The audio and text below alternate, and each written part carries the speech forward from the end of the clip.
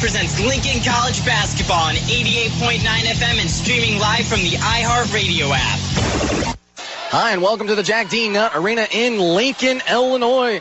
On this fine Saturday afternoon, a cold one, a little snow still left out on the ground, but not inside here on Zerkhammer Court right here. Again, the Lynx, your Lady Lynx, taking on here in game number 1. They're taking on Governor State. Adam Hoffman, I'm Nick Jackson, bringing it to you live as usual. Again, though, Adam, talk to me here a little bit. This Lady Lynx team coming off a very impressive win on this home floor just 2 days ago on Thursday. Again, what did you see in that ball game, and what did you like? I mean, they scored over 100 points. Yeah, 114-83 was that final. Really, the person who really jumped off the stat sheet was Kalia Montero. She led the way with 26 points and added 19 rebounds and 3 blocks. So, I mean, she was doing it all on the offensive end and defensive end. I mean, we had 27 turnovers, which really needs to go down. I mean, Governor State, they're a better defensive team than who we were playing the other night. I think it was William Woods, but we also forced 27 turnovers, so that's pretty good for us as well. And we shot the ball very well, 50% from the field, 35 from three-point. Like to see that just a little higher, but then 83% from the free throw line, which is just a massive improvement from what it's been. Yeah, now with Kalia Montero, like you said, down low, she had 26 and 19 to go along with that. And we were talking a little bit earlier, as of right now with no Aaron Young and no Elizabeth Bancoli, you'd have to say that she's probably one of the most, if not the most overall talented player that Coach Polite has right now. Yeah, she's probably one of the most important ones because she's definitely, I mean, Samantha Reelford and Hannah Cameron can both rebound pretty well, but Kalia, she's really the main rebounder. I mean, you can rely on her to get a rebound every time. I'd say probably one of the more consistent players on our team. And you took her as your pick for tonight. Again, mine, I went with Imani Smith with the 23 and 6 assists in the game on Thursday night. She had a great game as well. With Imani, we've seen up and down spurts with her where she can shoot the lights out at some points, and then other times it's just not there at all. What can we see out of Imani Smith here today to kind of keep the ball and her train rolling on the momentum that she's carried in? You know, if the shots aren't going for her early, I'd like to see her kind of defer to other people. And then maybe later in the game, you know, if she gets a few layups here and there, gets a free throw or two, then she can start firing away. You know, just she's seeing the ball go in the hoop. It'll just boost the confidence a little bit. More shots will go in. Now, switching over to Governor State here just a little bit. I know we don't know too much about them, but what we do know is they are 4-1 coming in. They're coming off a game last night on a very, very close win, 59-54 over Vertebro University, who we have seen in the past at time or two with a couple of the other teams that we've already played. But I know they're 4-1, and it kind of looks scary as they lost their first game of the year and then have rattled off 4 straight. But each game has been close. Yeah. So what are you seeing here in warm-ups and kind of stuff like that that kind of really says the Lynx have the edge here tonight? Well, I mean, I think Governor State, they're going to be a very good rebounding team. They're not going to turn the ball over that well. They had 19 offensive rebounds in their game against Vertebro. I mean, we had 18 the other night, but our competition maybe wasn't as high. And one of the girls on their team, Amber Brooks, I think she's going to match up with Kalia Montero very well. She had 9 points and 13 rebounds last night, so it's going to be a really good matchup. Hydia Thomas was leading the way for them with 16 points and 9 rebounds. So it really is like a balanced scoring attack for Governor State. I think it should be a good game. And this is a team that is not going to let anybody they're not going to push anybody over, but they're going to let everybody hang around. So if the Lynx, if they are in trouble, which we hope that they're not, they'll be leading the whole way, in my opinion. It should be a good game for them. But if they were to, this is a team that would let them hang around, and they could take their opportunities when they need to. However, though, let's switch it back to the Lady Lynx here in this one. They shot the ball a little bit better than they have. Probably the best game of the season. We heard Coach Polite talk about how he likes, the production out of coming off the bench with, Reelford and Lawling. What do you see out of coming off the bench for the Lynx tonight? Those two and Victoria Malone, I mean, they're all just solid pieces coming off the bench. They could probably be a starter. Most other universities, it seems like, just because their production value. But, I mean, we're a deeper team than last year, I think, and I think the scoring attack is not so one-sided as it was that we saw a little too many times last year where Aaron Young would just kind of take over a game, which is not bad. I mean, if you need that kind of scoring, then that's good to have in your back pocket. Just have someone who can just take over a game. But I feel like we're more of a team this year. It's a team aspect. I think Coach Polite is really hitting that in practice, and you can tell that they've been making strides and improving each and every game. I mean, the first game looked like nothing like we saw from last year, and then each game slowly getting better. What do you think we're going to see here tonight that maybe might improve even more for Coach Polite's team? Well, I mean, like you said, the first game was a little rough for us. I mean, it didn't really look like we were even remotely the same, even though we had a lot of returning faces. But, we got all the girls back who were on the volleyball roster. They weren't be able to play. And actually one of them, Hannah Cameron, is in the starting lineup tonight, which I think is a great addition to the lineup. She's been coming in pretty much giving 110%, and she can get on the rebounds, and she can shoot the three ball pretty well. And she's a team that has played again. She's on a team now that she used to play against over at Lincoln Land Community College. So it's nice to have her in the addition for Coach Polite in that. But we're going to get to the national anthem, so we're going to take a quick break. Don't go anywhere. Starting lineups and more analysis coming your way right after this, as you guys are listening to Lincoln College Lady Lynx basketball right here on 89X. Okay, forest animals, kids are coming to the forest, and it's up to us to make their visit a good one. Sparrow, have you practiced the most popular bird songs for the year? Of course. Catchy. I like it. River, how's the temperature? It's a refreshing 52 degrees, man. I love it. Turtle. He's not here yet, man. He's late every morning. Okay. Squirrel. The forest has been preparing just for you. To learn more about cool things to do in the forest, visit discovertheforest.org. Brought to you by the U.S. Forest Service and the Ad When is Council. the best time to talk to your family about staying in touch during a disaster? When floodwaters reach your door? When wildfires are engulfing the edge of your neighborhood? Or an earthquake is destroying buildings? Or is the best time perhaps today? During a disaster, you may not be able to stay in touch with your family or friends as easily as you think. Go to ready.gov/communicate and make your emergency plan today. Don't wait. Communicate. Brought to you by FEMA and the Ad Council.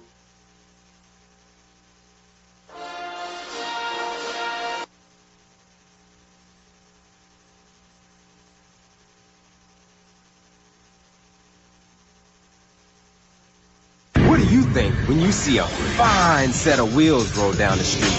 Do you picture yourself in the driver's seat with a beautiful lady by your side?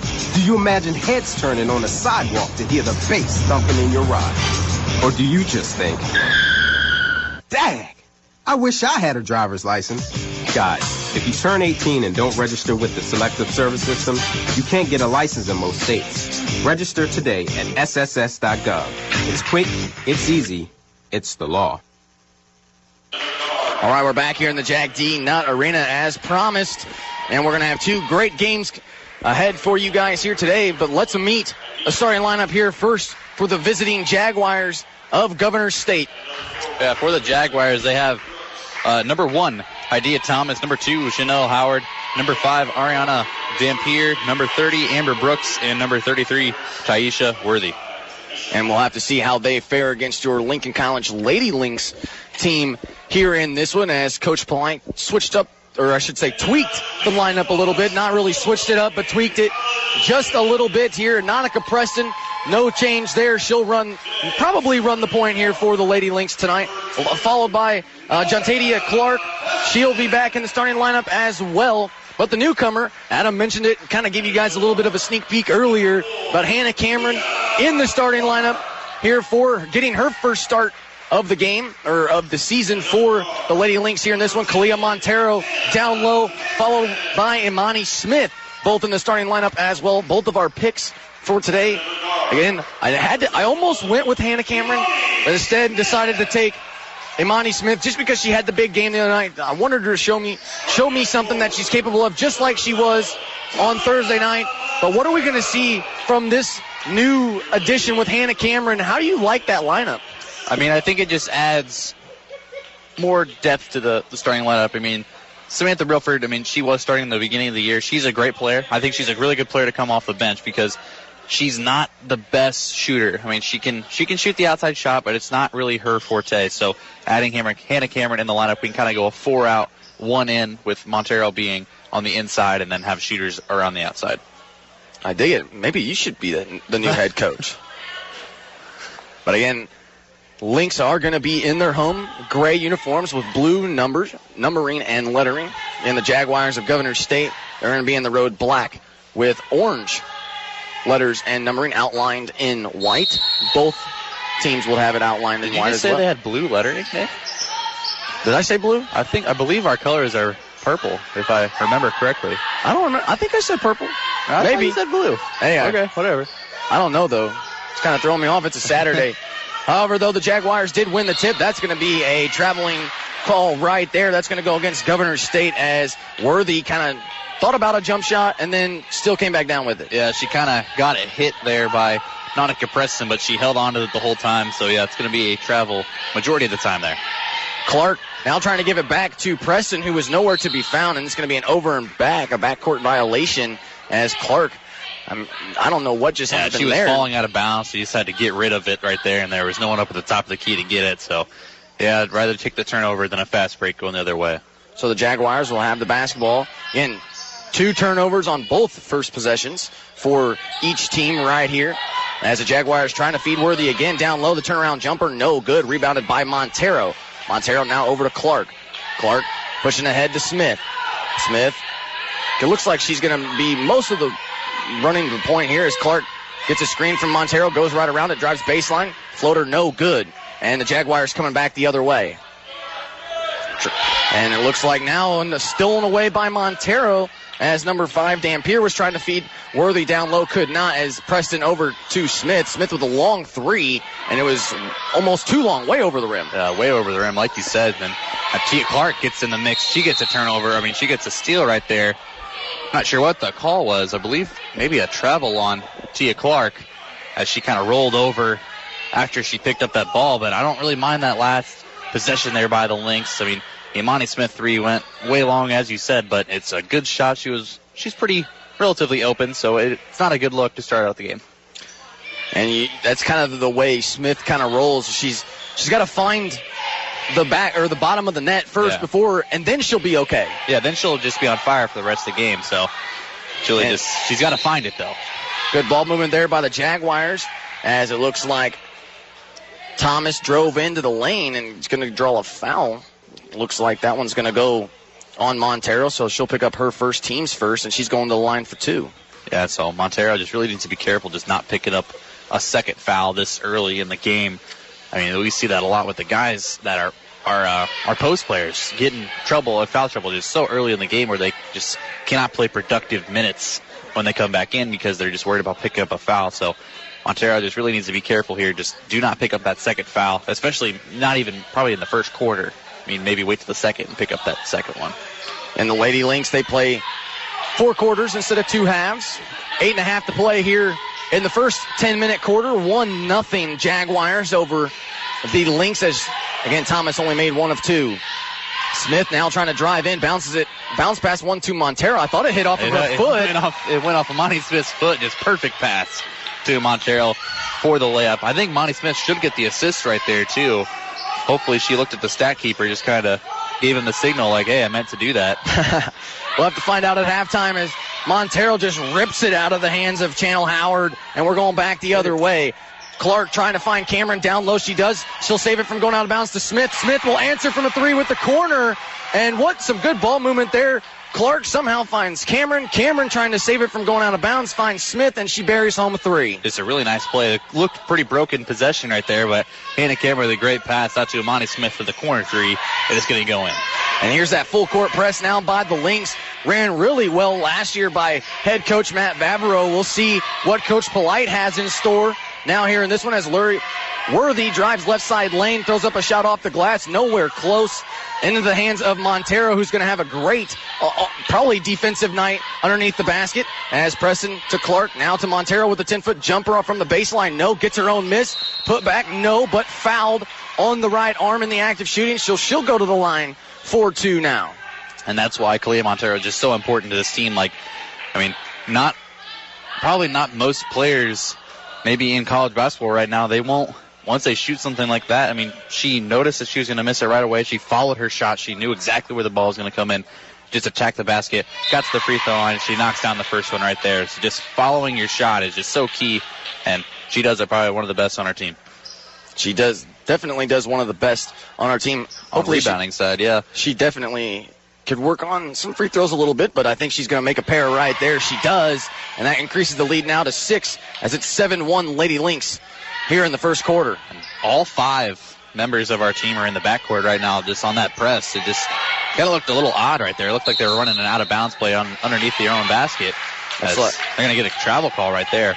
Dampier just took a little too many steps there, and it's almost kind of like the Jaguars on offense are not being able to get set due to the zone, or due to the press, The press, and then we're falling back into a man-to-man pretty well. I mean, we're having kind of like a zone press, and then we fall back into man-to-man. It just really works for us, and it really catching them off guard, like you said. And Montero swinging it to the left wing now for Clark.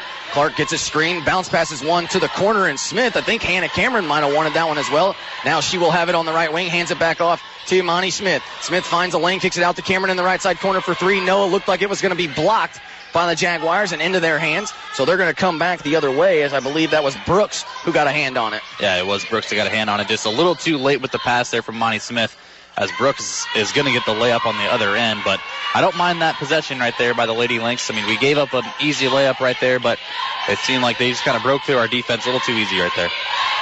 7-3 is the score. Annika Preston now with it at the top of the key. Drives left side lane, bounce passes one and through a tight window to find Cameron.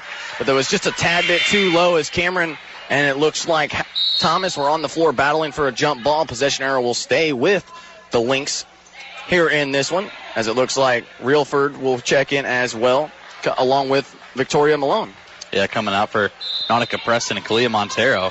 So we're definitely missing Clea's rebounding underneath, but Samantha Reelford also a pretty good rebounder herself, and she has more of a post presence down low. They feed it to her down low, as she's going to be hacked on the arm right there. A reach-in call, so they'll keep the ball with the Lady Lynx as they are going to inbound underneath their own basket. Howard picks up that foul, her first, team second. And the Lynx lead by 4 here in the first quarter, just over 6 minutes to play. They throw it into Victoria Malone. Now Smith will have it on the right wing. She drives baseline, puts up one off the glass with the left hand. Can't get it to go, but fouled in the act of shooting as well. So once again, Smith at the line. Yeah, she had kind of wide open lane right there. Maybe last year we see Imani Smith just kind of take a jump shot right there, but it's a new and improved Imani Smith. She's going right to the basket, and she's going to get a foul right there. Go to the line for 2 shots. You know, one thing I've always wanted to talk about with Imani Smith, I think it's something new that she's working on, but do you notice there's probably about a foot or so behind the free throw line? Yeah, and she's kind of off to the side, too, because she's left-handed like that. So it's like, I noticed that, too. I noticed that in warm-ups. I was wondering what she was doing, because I thought, I mean, there's no way she's shooting free throws, but knocks down a pair right there, so I'm not going to question it anymore and just let her do what's comfortable. I mean, most of the time you see all of them try to get as close to they can to that line, and Imani Smith was like, nope, you don't got to worry about me with the foot on the line, as Reelford comes up with a huge steal in the backcourt here for this Lady Lynx team coming out of that press, and Smith will have it yet again. 9-3 is the score, under 6 minutes to play. Imani Smith driving into the lane, kind of juking around a few of the Jaguar defenders, and somehow draws another foul. Now, she went through about 3 or 4 of them, like you said, and just picks up another foul. I think they're going to call that one on the floor, so no shot there by Imani Smith. So we're just going to have it underneath their own basket. Going back to that Reelford play, though, it was a loose ball on the ground. She dives on the floor, just goes in between 2 girls and gets that ball. That's hustle right there, and that's why she's on the floor. And that's why they inbounded it to her as Smith drives into the lane. Can't find anybody as she picks up her dribble. Clark now over to Reelford. Reelford on the baseline, drives in, kicks it back out to Smith. Smith on the right wing for 3, almost out of the backboard and out. But Hannah Cameron comes up with an offensive rebound, finds Reelford, still can't find the bottom of the net as Cameron can't draw another offensive rebound, and the Jaguars come up with it.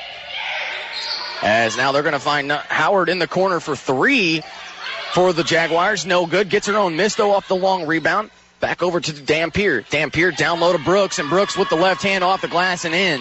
9-5 is the score, and the Jaguars and your Lady Lynx in battle here in the first quarter. It's been a really good game so far. A lot of offensive rebounds and putbacks. I think that's really what's going to push them over the edge. Whoever wins the rebounding battle tonight's going to come away with the game. Victoria Malone was just trying to find somebody down low. I think Clark was a little closer to her on the baseline. Instead, she was in the right-hand corner, and Malone took one too many steps. I just kind of drug her foot right there, and it's going to get called to travel pretty much every time. So it will be Jaguars basketball. here off of the Lynx turnover as number 11, Rachel Distor, will check in for her first minutes of the ball game. Along with Nautica Preston and Clea Montero come back for the Lynx, taking place of Hannah Cameron and Tia Clark. Jaguars now with it. Brooks trying to drive right side lane as Montero was there with some good defense. No good as she'll run down the rebound as well. Finds Preston. Preston now going to bring it up the floor here for this Lady Lynx team as she picks up her dribble, finds Malone on the left wing. Malone, she's guarded by Distor, back to Preston, now on the wing as well. Preston guarded very closely by Thomas as now she'll find Montero. Montero with a long three off the back of the rim. Hustles her own rebound. I was going to say, hustles in there, gets her own miss. Can't put it up and in, though. But, however, though, you got to like the hustle and attitude that Montero is showing tonight. I mean, she didn't even, stop to admire the shot. I mean, as soon as it was off her hand, she ran to the basket because she knew it was off her, or she knew that it was just, she just wanted to get to the basket no matter what, just try to get that rebound. There's going to be a foul underneath. Samantha Reelford got a hand in there. So she's going to pick up her first, team second. But like you said, really trying. She already knew, and I actually thought it might have gotten one of those lucky bounces at first. I thought it was going in at first, and then, it looked good off the hand, and then, she probably saw something different. She just immediately runs it down. That looked like a backcourt violation to me by Worthy. She touched the ball on her own side, and then it crossed the line. She grabbed it, so it's kind of got away with the call right there, and they're going to get a bucket there despite the call. I would have to agree with you as well. I was a little bit late, but I still thought the same thing. And now they're going to call it this time around. And you can see Coach Polite not happy as he's trying to explain his case that, hey, that's what just happened with us and you let it go. And then now, or with them and you let it go, and now with us and you call it? Yeah, and the ball was on this side of the court, on the right side of the court. So, you really can't call it because the backcourt violation is really just if the ball is on the other side of the court. As long as the ball is on the right side of the court, you're fine. Jaguars coming with the basketball out of this turnover on the backcourt violation. 9-7 now is our score. Lady Lynx kind of letting them come back in this one. It was 7-1 at one point, and now as they try to feed Worthy, Preston is on her. She kind of reaches in. That's going to be her first, team's third. So they'll inbound underneath their own basket with a fresh 30. Governor State with the basketball. They'll throw it into Distor. Guarded by Malone. Feeds Worthy down low, working on Nautica Preston. Tries to take a jumper right over her. Could not. Montero pulls it down. She'll find Preston. Preston with the outlet to Smith on the right wing. Back to Preston at the top of the key. Thought about a three. No. Now over to the left wing in Malone. Malone waiting for a screen. Instead, moves beforehand. Finds Montero. Montero to Preston in the right side corner. Thought about a three yet again. Instead, back out to center court. To Reelford. Over to Malone. She drives baseline from the left wing. No. Montero with an offensive rebound. Put back. Yes. That's really just what she does best. She can just find the angle. I don't know how she does it so well. Just finds the angle every single time the ball goes off the rim. She knows exactly where it's going to be. Puts herself in great position for an offensive rebound. 11-7 is our scores. They feed Brooks down low off the backboard with the left hand. Too strong. Here come the Lynx the other way as that one was tipped out of bounds by Thomas. Reelford trying to give it into the hands of Preston, but could not. As it looks like Clark and Cameron both going to check back into the ball game here for the Lynx. I like the substitution method here by Coach Polite. We're just kind of sending in two girls at a time. Just getting fresh legs out there as much as we can. And that was kind of an issue last year where we had about 7 girls and they had to play about all 40 minutes in the ball game. Yeah, it was definitely, Aaron Young and I think Nautica Preston really just led the way with minutes last year. They were playing, like you said, 40 minutes a ball game. Preston took a long three from the right wing, no good. Montero almost pulled down an offensive rebound, but could not corral that one and didn't want to foul. So here come the Jaguars back the other way. They trailed by 4, 11-7 as they try to feed. Looks like Thomas down low, but Cameron was there. I think she's going to pick up a foul. Yeah, she kind of got popped in the face right there, too. Just kind of an unfortunate foul there from Hannah Cameron. She seemed like she was just in the wrong place at the wrong time. Just kind of got hit in the face. It's only her first foul, so nothing really to worry about here. That's only the team's 4th as well, and there's under 2 minutes to play in this first quarter. So they inbound at the Thomas yet again. She drives baseline and cannot finish, but an offensive rebound, it looks like, by Dampier, and now they're going to call a foul going against the Lynx yet again underneath the Jaguar basket. I mean, on the first shot there from Dampier, if it looked more like a foul than the other one to me, the one that was called, it looked like, I mean, just if you're going to call one, you got to call one when it first happens. You can't just do a makeup call when something actually doesn't happen for something else. So that's the first one by Dampier, high off the backboard and down as it drops, make it 11-8. Whitney Gines checks in for Montero, who picked up her second, something that has always kind of been an issue in the back of Lady Lynx basketball, but Montero really does know how to be smart down the stretch. Yeah, she does know how to be smart, so I like the play here by Coach Polite, just taking her out. Just don't risk getting that third foul this early in the ball game. So she'll probably likely sit her out for probably another 5 minutes into the second quarter. 11-9 is our score. Minute and a half to play here in quarter number one as Preston drives left side lane and puts it off the glass with a finger roll. Nice little soft touch there from number 2, Nautica Preston. That was just a really nice play there from Preston. Like you said, Jimmy, splits the defense right there. Just a nice little scoop layup that's going to go in. Jaguars trying to come back the other way. 13-9 lead for the Lady Lynx here in quarter number one. Minute to play. Jaguars with the basketball, 14 on the shot clock. They feed Brooks, who's standing at the free throw line now. Down low to Thomas. Thomas backing down Cameron, and she'll hit it off the backboard and in. So it's back to a 2-point game. Thomas just really overpowered Hannah Cameron right there. Just kind of gave her a shoulder, just up and under. Just a beautiful move there from Thomas. Cameron, she can shoot the lights out from any corner you give it to her, as she'll find Clark, and Clark will just take it off the dribble and lays it up and in. So it's now back to 4. 35 seconds left to play. The Lynx will have one more possession here. I would say about a 7-second difference between shot clock and game clock as of right now, as the Lynx lead by 4. Brooks down low. She'll lay it up and in off the glass. A kind of miscommunication there from the Lynx. Yeah, Whitney Guy just kind of seemed a little lost there on the defensive end. She's trying to play that help side of defense, but then just left her girl wide open underneath the basket.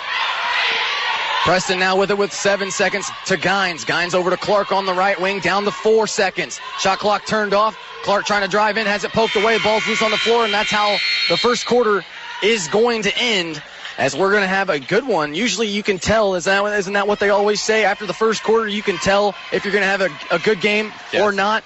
We got a 2-point game. Lady Lynx lead by 2 here at the end of the first quarter. Adam, it was a great start to this Lady Lynx squad here in this one. Again, we're seeing all the different substitutions going back and forth. Everybody kind of got some minutes. What did you see kind of from everybody in this first quarter? I think we rebounded pretty well as a team. I mean, obviously, Clea Montero led the way with rebounds because she had maybe 3 or 4 offensive rebounds, it seemed like, in that first quarter. But, I mean, our shots aren't falling that often here early, but we're getting good looks to the point where it's like we're getting layups and we're getting points on the board and we're getting to the free throw line pretty well. And now, if you're Coach Polite, you got to be impressed with what you're seeing here so far. Again, Montero doing her part down low. But how do we get the offense kind of rolling here a little bit from the mid-range? I mean, Cameron can really shoot the lights out for this Lady Lynx team. I mean, Montero's shown that she's been working on some outside shots. Again, we know also Smith as well with 23 in the other game. How can we get the offense rolling there from the outside? I mean, really just ball movement. We got to just swing the ball around the top of the key, maybe dump it inside to Whitney Gines down low, and if they double her and, there's someone out along the perimeter going to be wide open for a shot. So just keep swinging the ball just as much as you can. The more passes you make, I mean, the more wide open you're going to get. Now, defensively, we saw a few defensive breakdowns, especially down low with Brooks. And you've also mentioned a little bit Hannah Cameron kind of getting overmatched. How can they kind of help her in a way and also kind of stay that physical game on defense as well? I mean, maybe just try to switch into a zone. They're beating us down low. I mean, they're not shooting that well. I mean, I don't think they've really attempted a three-pointer. It seems like all their points have come from a layup. So, make them shoot. You just maybe switch into a zone. If they're going to beat us from the outside, so be it. Now, we saw the press for the first time, at least for us, this season. Does it compare to Vaveros? And if so, how does it kind of work for Coach Polite and his team? I don't think it's really going to compare to Vaveros just because we had Aaron Young kind of running the free safety role right there, just picking every pass off and going down for a layup. But it's pretty impressive. We forced a couple turnovers off of it in the first quarter. So something that needs to be worked on, but I think it's going to be a valuable asset for us. The Jaguars will have the basketball to start the second quarter as their first possession. They throw it right to Coach Polite, standing out of bounds. So it's going to give the ball right back to this Lady Lynx team. So, again, the first possession for the Jaguars in the first quarter and second quarter, both turnovers. So, yeah, just good defense there by the Lady Lynx, just forcing them to pass it around. And just unfortunate there, but for the Jaguars, just throwing it out of bounds. And Preston now with it on the left wing. Bounce passes one to Gines. Gines drives baseline to Clark, who is wide open, swinging the ball movement around just like that. Back to Preston. Preston off the front of the rim, just a tad bit short. Offensive rebound, though, goes to Cameron. Cameron now to Malone, over to Clark. Clark standing on the right wing. She'll pick up her dribble. Kind of little 2-3 zone we got going on here. Some great ball movement by Coach Polite's team. Again, not even hitting the ground, just kind of moving it every which way they can. Clark bounce passes one to Cameron. Cameron now on the right wing with 11 seconds. Wide open is Clark. Clark from downtown. No offensive rebound goes to Whitney Gines, and they're going to set up the offense yet again. We're just playing really well right now. I mean, we're moving the ball so much. That's exactly what I said that we should be doing, and just they're really just responding right here. There's so many passes, just getting wide open shots. Preston now in the corner for three, no good. And finally the Jaguars get a rebound here, and we're going back the other end. It looks like now it will be Dampier to run the point for the Jags. She's trying to back down Victoria Malone. They set a double screen on both sides of her at the top of the key. And now they're going to have a foul, even though Dampier might have moved her foot just a little too quickly there, but got a foul called first. Yeah, just unfortunate there. Unfortunate there for the Lynx, just for picking up kind of silly fouls. Hannah Cameron came up with that one. That's her second foul, but we're doing a pretty good job on the defensive end so far in the second quarter. Just hopefully we can keep it up. And Imani Smith and Samantha Reelford check in as well for Malone and Cameron. Jaguars set to inbound underneath their own basket as Dampier will throw it into Worthy.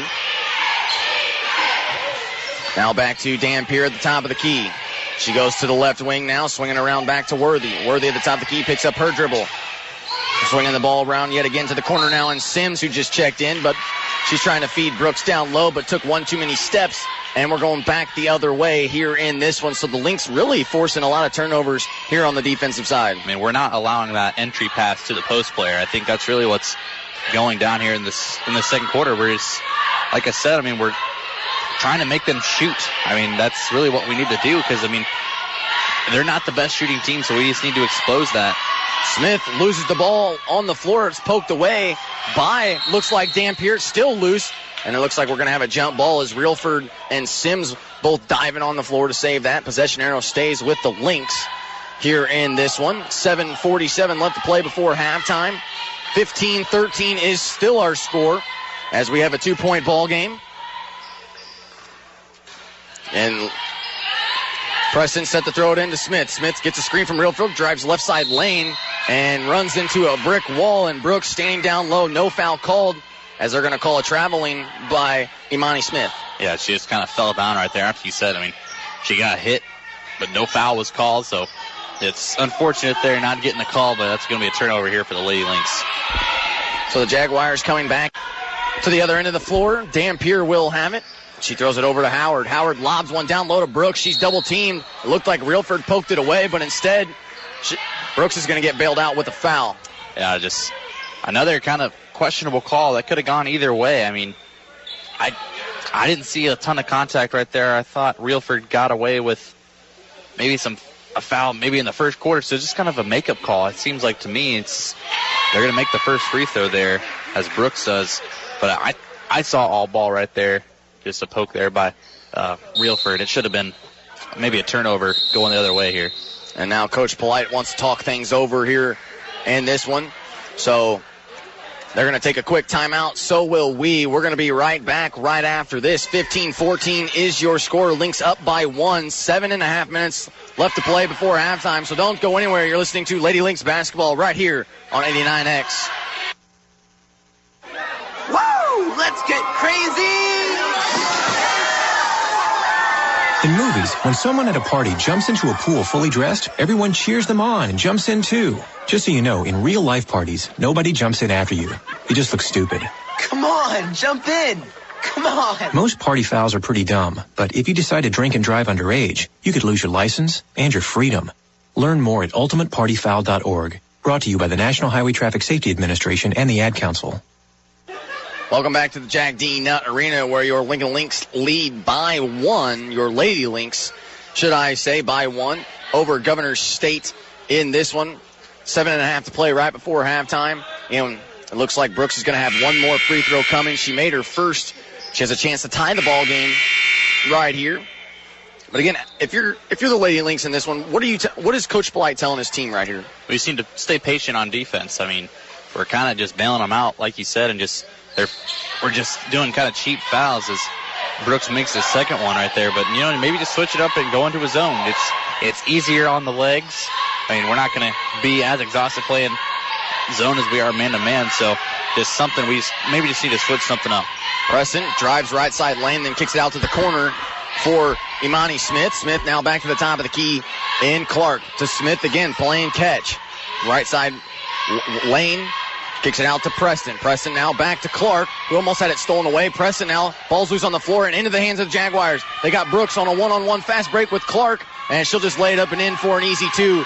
Good play there by Clark just to not foul. Yeah, just don't give up a foul right there because it could have easily been an and 1. So that's the Jaguars' first lead of the ball game. They're leading 17-15. Preston now with it at the free throw line, kicks it to the left wing or lane in Clark. Now back to Smith. Smith to Preston on the wing. No good from downtown. And it's going to be in the hands of Jaguars. I thought everybody stopped like they heard a whistle. Instead, they did not. They say play on. Worthy brings it up the floor now to Dampier, who's standing at the logo. She'll hand it off now to Howard on the right wing here in this one. Back to Dampier. She'll hand it off. Thought about driving baseline on Reelford. Instead, kicks it back out to Brooks. Brooks with a long jumper from the free throw line. No. Into the hands of the Lynx, going the other way. Like I said, you got to force them into a jump shooting team as Whitney Gines gets one down low, gets the left-handed layup to go. But, I mean, on the defensive end, we got to force them into taking jump shots. That's not their strong suit. They're really known for just attacking the paint, so that's really what we need to do, just force them into jump shots. Almost had a defensive breakdown there on the full-court press by the Jaguars, as it looked like Sims was just standing down underneath the basket all alone, but Gines recovered well and then made her tip it out of bounds and stepped on the baseline. So it's going to give the ball right back to the Lynx. So Gines, who just made a great play on the other end, comes back down, had a little bit of hesitation, and then corrects herself. Yeah, she did a good job by not fouling. But on the offensive rebound, they stepped right out of bounds. So it's going to be Lady Lynx ball the other way. Clark now is somebody who could really get this scoring going for this Lady Lynx team. We haven't seen a lot of threes, if any, from this Lady Lynx team as Preston drives into the lane, gets blocked by Brooks, and the Jaguars coming back the other way. Worthy now with it, stops right on the free throw line, trying to feed, looks like Thomas down low, but Reelford was there with a hand on it. They still maintain possession, though, as Brooks came up with it, puts it off the glass on the right side lane and in. I mean, Brooks has really just been killing us here in this game. I mean, she's getting layups after layups. Tia Clark going in strong for the finish there. We often see Tia Clark get blocked in those kind of situations just because of her size, but just really nice to see her. She's fearless going to the basket. She is going to get a bucket there. This is a game where both squads really don't have that height, fear in a team, as both teams really evenly matched. Brooks off the dribble there, right side lane, no good. Adam wanted a foul, didn't get one. We're tied at 19 with 4.5 to play here before halftime. Brooks down low yet again. Turn around left hook. This time, no. But we're going to have an offensive foul going against Dampier, as I believe it was over the back. Yeah, they missed the foul on the first try. It was Brooks going over the back the first time. Or not, I think it was Worthy, I thought, was really just went right over Amani Smith, and just nothing was called. That's what I was trying to initiate. And then they had the makeup call on the other foul that really wasn't a foul. So just they're bailing us out sometimes. Sometimes they're really hurting us. So if they're calling it fair, it's okay.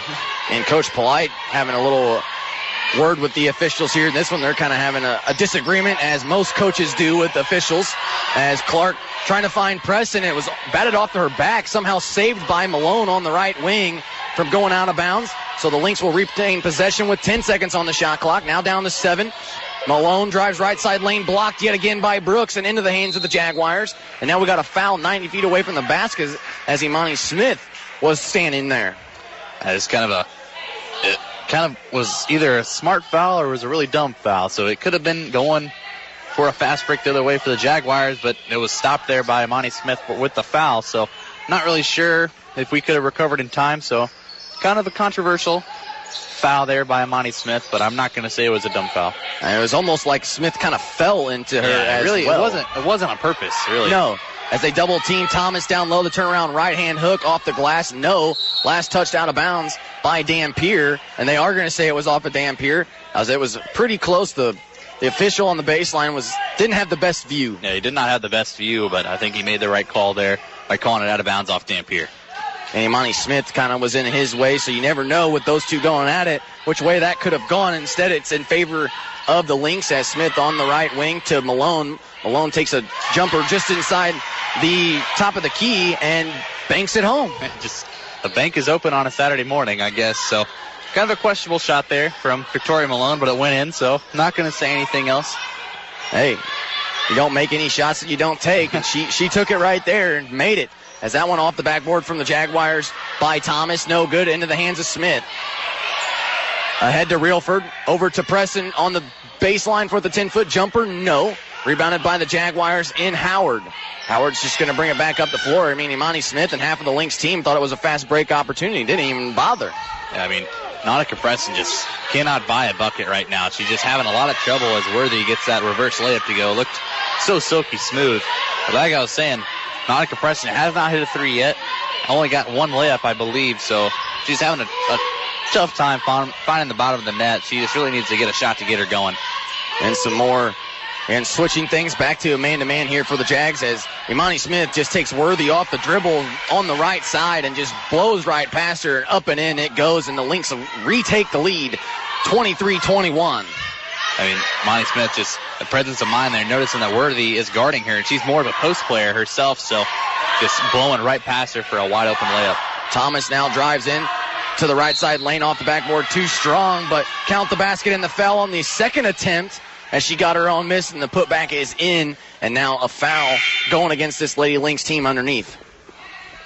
Yeah, just kind of one of those plays where you just should let it go, just because, I mean, she's going to make the layup, so might as well not even foul her, and if you do foul her, you got to make sure she doesn't get a shot off. And it is going to go on Clark, so that's going to be her first, team's fourth here in this one, in the quarter anyway, as the and one opportunity in and out for Thomas. So we're tied at 23 still with 2 minutes to play here before halftime. Preston now with it on the right wing. Hoffman might have wanted a three. Instead, she was smart, didn't take it, waiting for the possession to develop a little bit more. And she was wide open right there. Not really sure why she didn't take it. That's really just her noticing that she has not hit a bunch of shots in this game. But Victoria Malone with a little half spin there and the swish bomb. So good play there from Victoria Malone. And, I mean, nothing but net on that little floater that she had going there. She has the last couple points for this Lady Lynx team as Worthy now with it, stops at the free throw line, feeds Brooks down low. Imani Smith doing good not to foul and just kind of lets her have it as she was about, standing right underneath the basket. Yeah, just wide open right there. I'm not really sure why we haven't really switched into a zone yet. As Victoria Malone took an open three from the corner. She was really feeling it with the last 4 points going her way, but a little too strong there, and the Jaguars come back. Yeah, it wasn't a bad shot. I mean, she's been making a couple shots here and there, so I don't mind the shot, just a little too long there. As now the starter has it in the corner, finds Worthy. Worthy drives in, and I thought it was a double dribble as she kind of hesitated a little bit, but instead they draw a foul going against the Lynx. Well, now that we're gonna talk it over here just a quick second. But Adam, you tell me what you saw. I saw a double dribble, but it maybe not our angle really to look at it, but it looked like she hesitated, like you said, and kind of carried the ball. So it's either a carry or a double dribble. I'm not sure who they're going to give the foul to. I don't even think they know at the moment. I mean, on the floor, Worthy's already at the free throw line, so. And they did say it was an act of shooting, but it's the matter of who. No, it's the fifth foul, so we're in bonus for girls basketball because the quarters, they restart the fouls at the quarters. So that's going to go against Victoria Malone. And now we have some more stoppage of play as they still want to talk this over. So Malone could possibly, she just picked up her first foul, but she may not have it for very long, as the officials now looking over at the scores table as Lawling is ready to check in now. They go to Coach Polite. And they're still kind of having some words here. Adam, I mean, we just saw, again, Lawling check into the game, and I should, clarify in this one as Kennedy Lawling will check in, wearing number 32, even though she's 23 on the sheet, but it's okay. Yeah, we know who she is. So it's going to be a 1-and-1 opportunity here for Worthy. I'm still just kind of confused what the holdup was. What just happened? Or she makes that first one, nothing happens. I mean, yeah, it wasn't an and one. I'm not sure. I'm not going to say anything. We're not going to say much about it. I don't even think the officials actually know what just happened either in this one, as they had about a 5-minute conversation about it. So we're not even going to try, as Imani Smith drove in, but instead draws a foul going against Worthy, I believe, underneath. So her team second here in the quarter. So second quarter, we're 28-25. Governor State leading the way after the whole bunch of controversy there. We're under a minute to play, 35 seconds. The Lynx could go 2 for 1 here as the clock now winds under 30 seconds to play. So that'll be out the window as Malone bounce passes one to Lawling. Lawling to Clark in the corner. She'll drive baseline, puts up a floater, can't get it to go into the hands of Thomas. Thomas to Worthy. Worthy out to Howard, who's running the floor, and they're going to call a double dribble this go around. As, again, we thought Lawling might have picked up her first foul, but instead, going back the other way, it's going to be Lynx basketball with 15 seconds left. It was good defense there from Kennedy Lawling, just because, the ball was loose on the ground, it looked like. So, and instead of trying to reach in and just get the ball, she just went straight up. It was smart defense there, and they're going to pick up a turnover right there. So the Lynx will have the final shot. They proved me wrong yet again. And 10 seconds to play, 28-25. The Lynx, I believe, have not hit a 3 in this ball game. It'd be kind of neat to see one right here as Malone to Clark. Clark at the top of the key with 1 second, takes a step back, jumper, no, could not bank it in this time around, but almost was able to knock that one down to tie the ball game. So the Lynx trail at halftime, 28-25 to Governor State here on their home floor. But, however, though, I feel like the Lynx were the better team here in the first half. I agree. I think Governor State really, they only got their points really from wide open layups. So it's just defensive breakdowns that we really just need to take care of in the second half. Like I said, maybe switch into a zone just to have 3 people under the basket at all times, just trying to just cause havoc down there, just not letting them have a wide open layup. So again, with this Lady Lynx team that, like they said, they were showing improvement each and every game, as they are right here. What do we like so far from this Lady Lynx team that they're doing well in that first half that really kind of got them going? I do like the fact that they are not shooting the 3 ball and relying on the 3 ball as much as we've seen them in the past. Preston and Imani Smith really kind of trying to drive to the rack, because they have the speed to do it. So what are some improvements, or what have you seen that have the Lynx done well so far in that first half? I think our ball movement was pretty well after, the start of the second quarter. That was just huge. They came out swinging. Yeah, we were just throwing the ball just back and forth, back and forth. We were getting open shots for it, too, and then it stopped after the first few possessions, so not really sure what happened there. But that's, I think, something that we need to continue doing here in the second half, just swinging the ball, just getting open shots. We'll have to see what Coach Polite, I'm sure that's something he's going to address in the locker room here at halftime to keep the ball movement rolling, because we saw when they did, Jaguars were nowhere near any Lynx players. They just could not figure out where that ball was going, and it just left everybody open at times at some point. So I look for that to be a strong factor in the second half coming out, starting the third quarter here in this one. We're going to get to halftime, though. More stats and analysis coming your way. But however, though, the Lady Lynx trail to Governor State by 3, 28-25 at halftime. We'll be right back. Don't go anywhere. You guys are listening to Lincoln College basketball right here on 89X. Graves, work, sports, bikinis. 18-year-old guys have a lot on their minds. Accidentally breaking the law probably isn't one of them. Yet that's exactly what young men will be doing if they fail to register with Selective Service. So if you know a guy turning 18, do him a favor. Remind him. Fortunately, it'll only take him a few minutes because that's all it takes to register at sss.gov. Then he can get back to his homework. sss.gov. Register. It's the law. Tweens have mastered the art of tuning out. Jen, there's a spider in the car. We're turning your room into a home gym. See? Nothing. But some messages need to get through. Like making sure they're buckled up the whole ride, every time. Do whatever it takes to make your child listen. Jen, I friended your boyfriend. Wait, what? Buckle up, sweetie.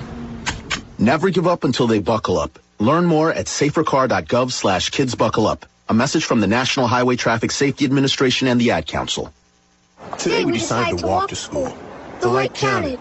15, 41, 31, 13. We took a left on Carroll Street. Danny's smart, but he gets distracted. I realized he forgot his homework. I hope I don't have another bad day at school. When you can see learning and attention issues from their side, you can be on their side. That's why there's Understood.org, a free resource for the parents of the 1 in 5 kids with learning and attention issues. Go from misunderstanding to Understood.org. Brought to you by Understood and the Ad Council.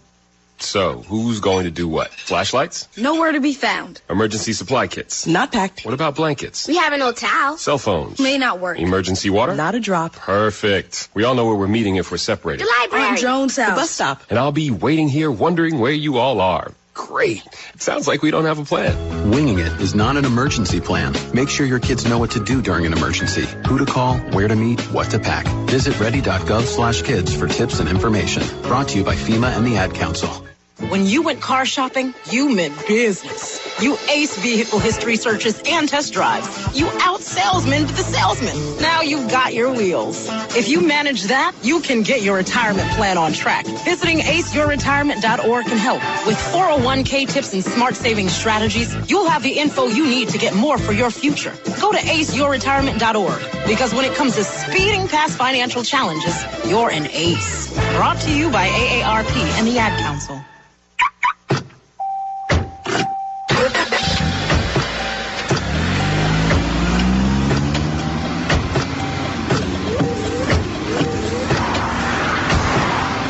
Driving has a rhythm all its own. Don't wreck it with a text.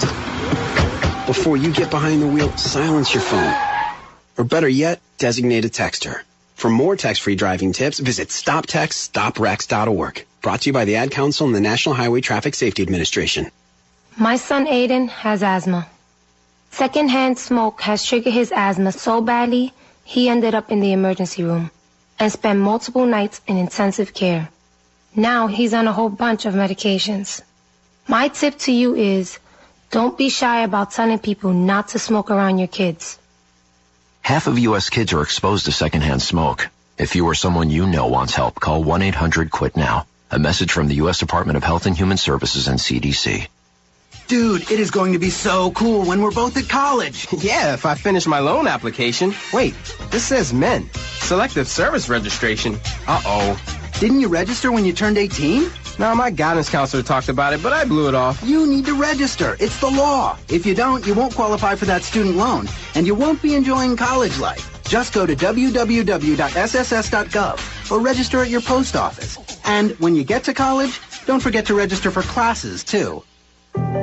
For some people, difficult transitions like retirement, divorce, or loss of a loved one may contribute to feelings of hopelessness or even thoughts of suicide.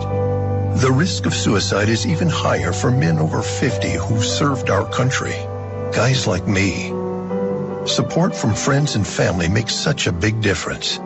Every day, your actions could help save a life.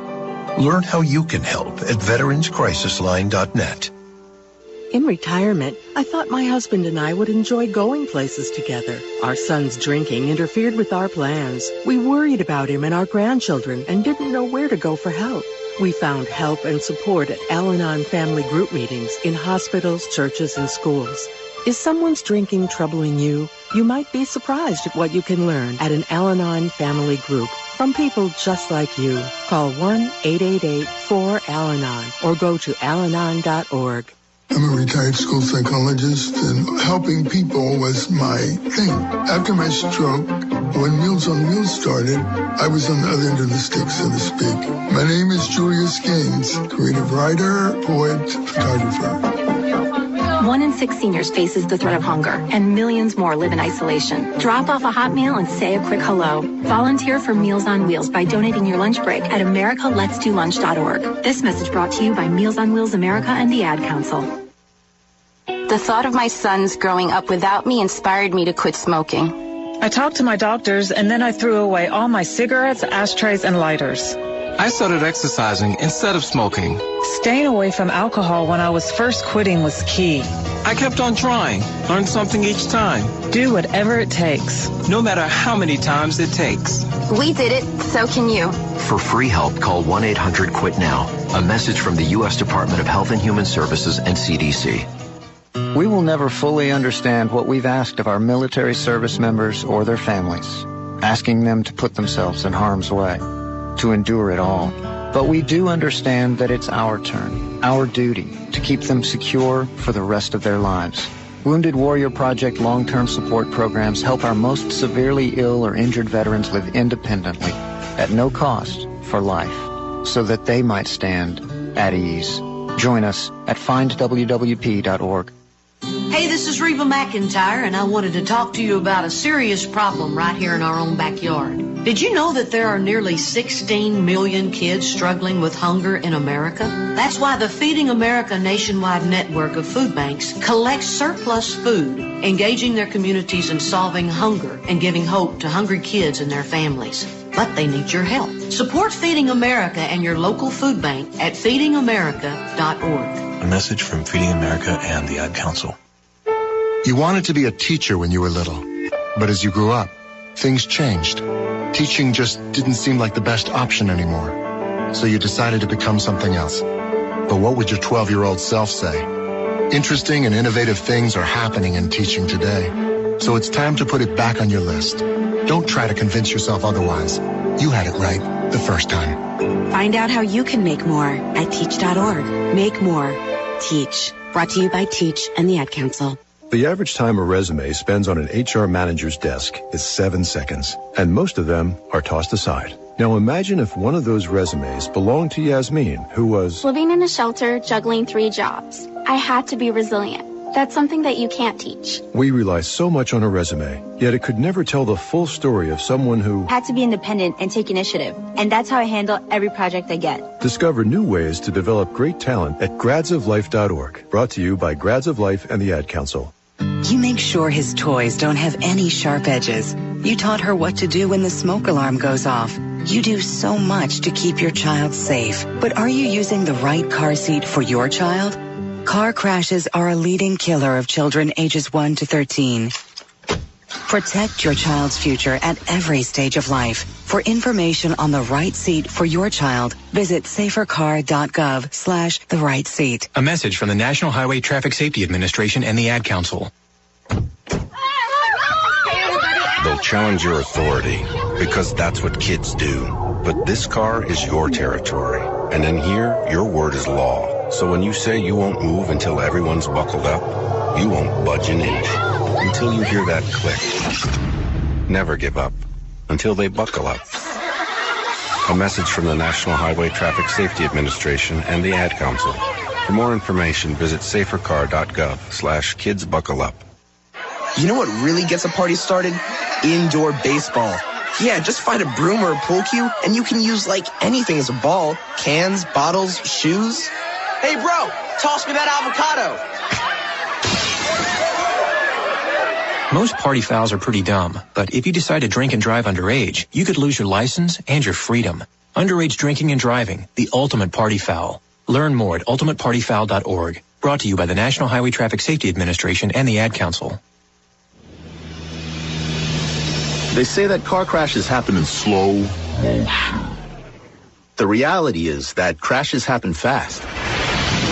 There's no time to think and no time to check if your child is in the right car seat. Car crashes are a leading killer of children 1 to 13. Are your kids in the right seat for their age and size?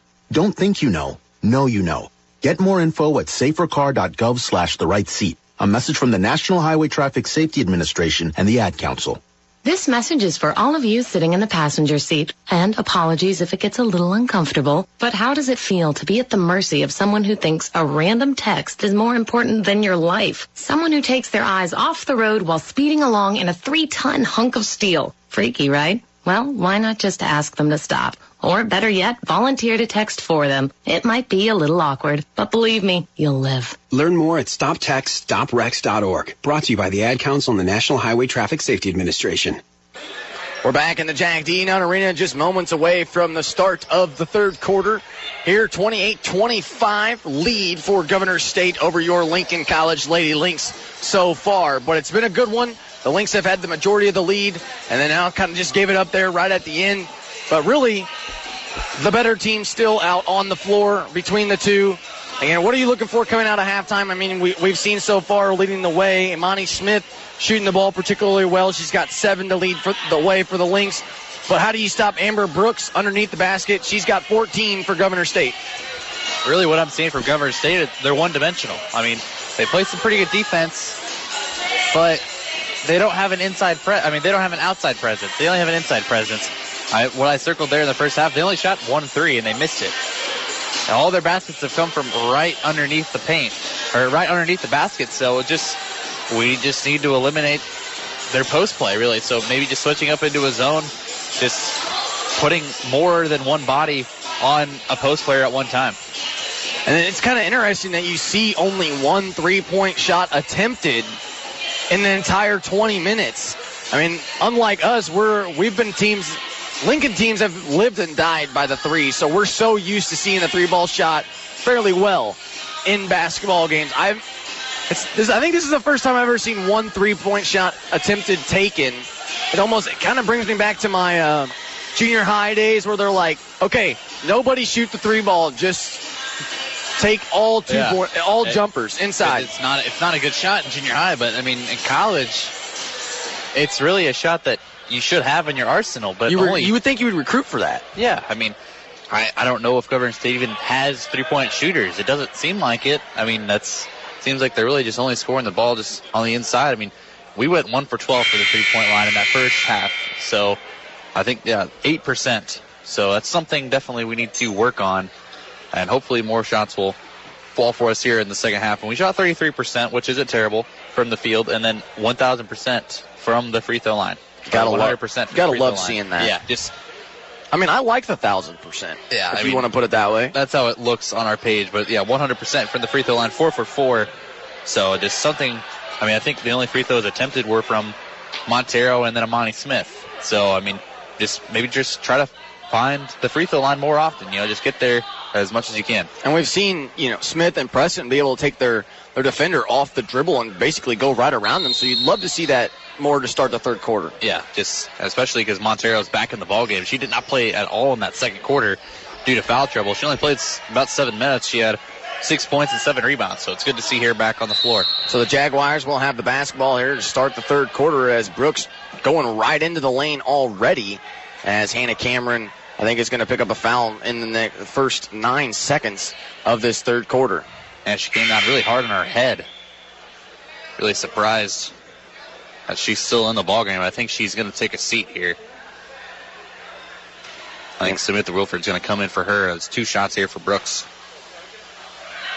Brooks' first one, no good. Actually, I got done talking with Hannah Cameron's father, and he was telling me about she had some concussion issues and stuff like that, as she is definitely in some pain as she goes to the end of the bench here for the Lady Lynx. Yeah, just definitely. It looked pretty rough there. It's just kind of stuck in between trying to draw a charge or just letting her go, and it just came down right on her head. So, yeah, it's a tough sight there to see for Hannah Cameron. And then some miscommunications on the other end as Brooks could not hit the second free throw. Reelford lost it out of bounds, so it's going to give the ball right back to the Jaguars as they bounce pass one in to Thomas, and Thomas puts it up and in.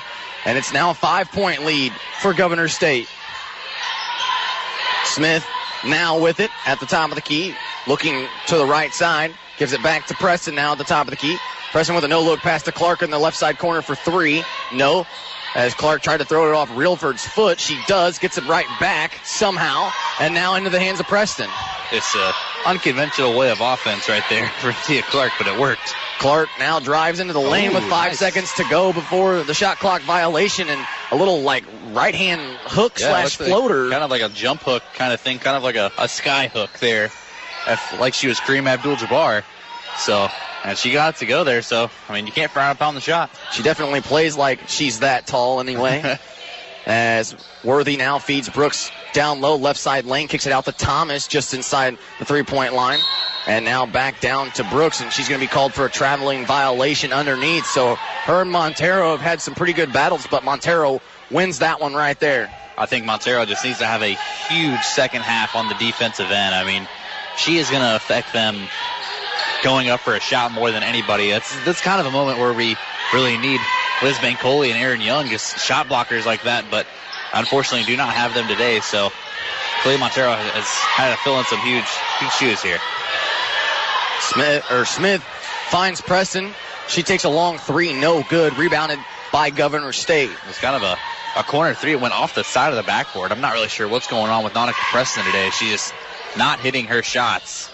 Dampier now drives right side lane, cannot finish for the Jaguars. Reelford with the basketball. Finds Smith in the corner for three. Now finds Preston. Preston with another three opportunity. It looked pretty good off the hands. Just a bit short, though. Yeah, she's just really not, like I said, just not finding her shot today. She's getting pretty good looks, just unable to get one to go down.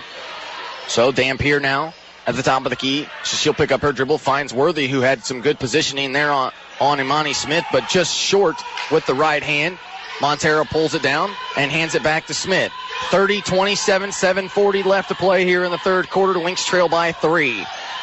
Smith to the right wing now for Clark. Clark bounce passes one down low to Montero off her feet, and they're going to say it was last touched off of Worthy instead of Montero. Caught a break there, but okay. I'm sure the Lynx will take it. Yeah, I'll take that break. I thought that was clearly off of Clea Montero, but, I'm not complaining. So Smith now set the inbound underneath her own basket. She does. Finds Montero. Bounce passes one to Reelford. Reelford had it poked away by Dampier, but somehow into the hands of Imani Smith. She's at the top of the key with 5 seconds on the shot clock. Drives right side lane. She's going to be blocked, though, by Thomas, and the Jaguars coming the other way. Worthy with a 2-on-3 fast break working on Preston. Puts one up off the glass. Can't get it to go as Montero pulls down a big rebound for the Lynx. A fast break opportunity yet again. Smith trying to feed Clark, but has it stolen away by the Jaguars, who will slow down their offense. I was going to say that was a huge rebound there for Clea Montero. Just if she doesn't come up with that, that's numbers for the Jaguars on the offensive rebound. She gives one up right there, and that's going to be Brooks there on the offensive rebound and putback. But like I was saying, just when she comes up with those big defensive rebounds like that, just eliminates possessions for the Jaguars. And now Coach Blyant wants to talk things over right there in this one. 6:45 left to play in the third quarter. 32-27 lead for Governor State over your Lady Lynx so far here in this one. Adam, I mean, we've talked about it a time and time again. There's a huge rebound for Montero, but what are this Lady Lynx team doing on defense, or what are they not doing on defense, I should say, to kind of keep Governor State in the lead? I mean, I keep saying it, but they got to clog the lane. They have to. I mean, just to get them out of their rhythm on the under the basket shots. I mean, they're getting wide open looks. They're just contested by one person. So you either double down low or you switch into a zone to where you could easily double. And that'll get more bodies in the lane to rebound as well. So, I mean, it's something we really just need to work on. We gave up 6 offensive rebounds in that first half, and we also had 6 ourselves, but we're losing the rebounding battle 20-16 according to the first half stats. And so you'd like to see us be a little bit more aggressive in the post. As Governor State coming out of the timeout right now, they lead it by 5, 32-27. Again, but this is a Lady Lynx team that's very resilient, very capable of coming back. Again, like we said, Nonica Preston not having the greatest of a shooting day, but, I mean, who knows? In the fourth quarter, we saw Trayvon Tyler start to get hot. Same goes for Nonica Preston. Could easily knock down some big shots when needed. Yeah, she's definitely the big shot taker and the big shot maker on our team. So, I mean, I think she'll step it up when she really needs to. Clark feeds Montero down low with the left hand, just too strong off the glass as Reelford is going to get called for an over and back call there. Again, awfully close. She kind of sideswiped it more so, but still, that's a no-no in the eyes of the officials. Yeah, she just, like you said, not really a typical over-the-back kind of foul. That's going to be her third foul, but she just, like you said, swept over her arms, so it's going to be a foul pretty much every time. And the Lynx kind of look like they're going to go into a 1-2-2 right here a little bit, they do. Thomas down low to Dampier. No-look pass over to Howard. Howard with a wide-open jumper on the wing, and they are going to say a foot was on the line, so it is going to be a long 2. I mean, if that's what it takes to beat us, I can't say that's not a bad play. I like the 1-2-2 position. I mean, yes, we gave up a bucket right there, but as Montero gets to the line, she's going to go to the free throw line for 2 shots after getting her shot kind of blocked. But it's going to be a foul on the Jaguars. But having more than one person in the lane at one time, it just, as you can see, I mean, once the pass enters the short corner like that, you see our girls just collapse into the lane. So that really that's what the zone does for you. And really just why we need to stick to it, because it's giving them more perimeter shots other than wide open shots underneath the basket. Montero could not hit her first, as here comes Hannah Cameron back into the ball game for Samantha Reelford. So it's good news to see her that she's going to be okay. Still very surprised that she's back in this game. Just how hard that she hit the ground. It seemed like it was going to be a bad injury. Montero just knocks down that second one right there, but she seems to be all right. She's running up and down the floor pretty good, so it's good to see her back on the floor. And Cameron has battled concussions and a broken nose a few weeks ago, so I'm sure those two go hand in hand quite well as Thomas drives in right around Montero, puts it off the glass, can't get it to go. Brooks is there, still can't finish. Somehow ball's loose on the floor. Clark almost had a piece of it. Now Brooks gets her own miss out to Distort for a long 3, and it actually rattles in and out but falls for her. So 37-28, it's now up to 9 for Governor State. And they're pretty much just responding pretty well to the zone. They're shooting the ball pretty well. It's a long 2 and then a 3 made there for Governor State. So I'm not really sure what's going to go down here in the second half. Smith finds Preston on the wing. Feeds Montero down low, double team, but still manages to go right over the top of Brooks and count it. It's back to 7, 37-30. We're under 5 minutes to play here in the third quarter. That was a nice move there from Montero, just getting the ball in the post, just one dribble, drop step, just bully ball kind of down in the middle of the lane, gets the easy layup. Dampier now with it at the top of the key. Lynx still in a 1-2-2 as they find Howard from the corner for 3. No, ball's tipped into the hands of Montero as her and Brooks once again battling for the rebound. There's this nice box out there from Montero. After the ball was tipped by multiple people, she just kind of just put her butt into someone, just let the ball just fall into her arms and just gets that rebound. Preston now with it, trying to drive into the lane, but we're going to have a foul on the floor away from the basketball going on Brooks, down low fighting with Montero. So she'll pick up her third, team's second. And I got to like what Montero is doing as Malone checks in for Smith here, but she's really getting herself positioned well down low. And it's really something we have not seen that much from Kalia Montero as the post moves. That's really good to see her just really comfortable down in the post, just putting a post move on someone and getting a bucket. Cameron now finds Clark on the left wing, back to the top of the key now for her near the logo. Lynx trail by 7, 17 on the shot clock, feeds Cameron down low right side or left side lane, as now back to Clark at the top of the key, and they're going to draw a foul, or they're going to say, I think it was a foul. Almost could have gone a jump ball or a travel. I mean, it could have gone a million different ways there. Yeah, I think it's going to be a foul there on Chanel Howard. That's going to be her second foul, team's third of the third quarter. But, yeah, Tia Clark just doing a good job just attacking the basket as hard as she can, just going to draw the foul. Malone over to Preston on the left wing, and she's guarded very closely by Dampier. And Preston's one that can dribble the ball fairly well, ball handle, as she's going to draw a foul going on Dampier trying to reach in. Yeah, so it's 2 fouls there for Governor State in maybe 30 seconds. So it's a good sign for the Lynx. I mean, you just got to keep them in foul trouble. That's her third foul there for Dampier. So yeah, that's a pretty valuable player there for Governor State. Going to take a seat. 37-30.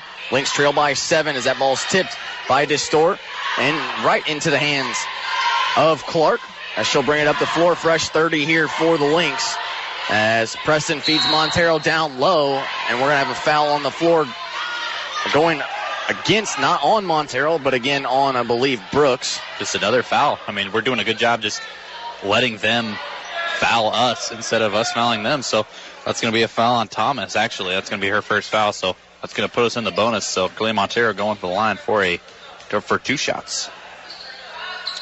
And Montero cannot hit her first. Made 1 of 2 the last trip down. Sims back into the ballgame as she'll check out for Thomas for Governor State. And Montero once again positioning herself down low to be able to kind of play that post game that Coach Polite really wants us to play. Yeah, she's really doing a good job of it, stepping in for Liz Bancoli, who's out till January. She was really our main post person last year. I mean, she could score in the post pretty easily, but it's nice to see that Montero just made that adjustment to her game, just grown with it. DeStore thought about a step back three, now into Brooks. At the top of the lane, finds Worthy down low on the right side. She can't hit. Montero pulls down the board, and a foul going against Worthy. So they're going to walk to the other end of the floor and shoot some free throws here. The Lynx are in Kalia Montero as they trail by 6, 37-31 with just over 3 minutes to play. And Coach Mack for Governor State just repeatedly asking the ref just how are you calling that a foul?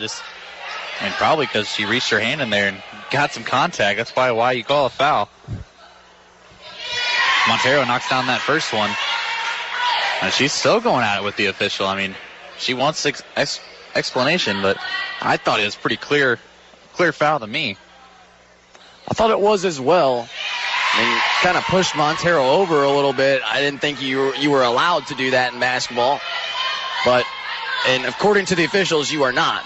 They called it correctly here in that one. So Howard we'll bring it back the other way as Montero did hit a pair. 37-33. Now as the Lynx trail by 4. We're at 3 minutes to play here in the third quarter. Worthy on the right wing, down low to Brooks. Brooks off the backboard, no. Gets her own miss, though, right over Hannah Cameron. Could have been an offensive foul. Instead, doesn't get it. Still misses. Now the ball's loose on the floor. We're going to call a foul going against Victoria Malone and Sims, who it looked to be a jump ball. They wanted a jump ball, but instead Malone is going to pick up the foul. Yeah, maybe just got just a little too much arm right there. But what I'm noticing from this Lady Lynx team is, like I said, when they're having the zone like that, they're collapsing in. It's forcing Governor State. They're still going to try to go for the layup every time, but it's forcing them to shoot it over 2 or 3 girls every time. So it's an ill-advised shot. They pick up a foul right there. It's going to go on Victoria Malone again, so that's 2 fouls on her in 10 seconds maybe. So she's going to take a seat. That's going to be her 3rd foul, team's 4th.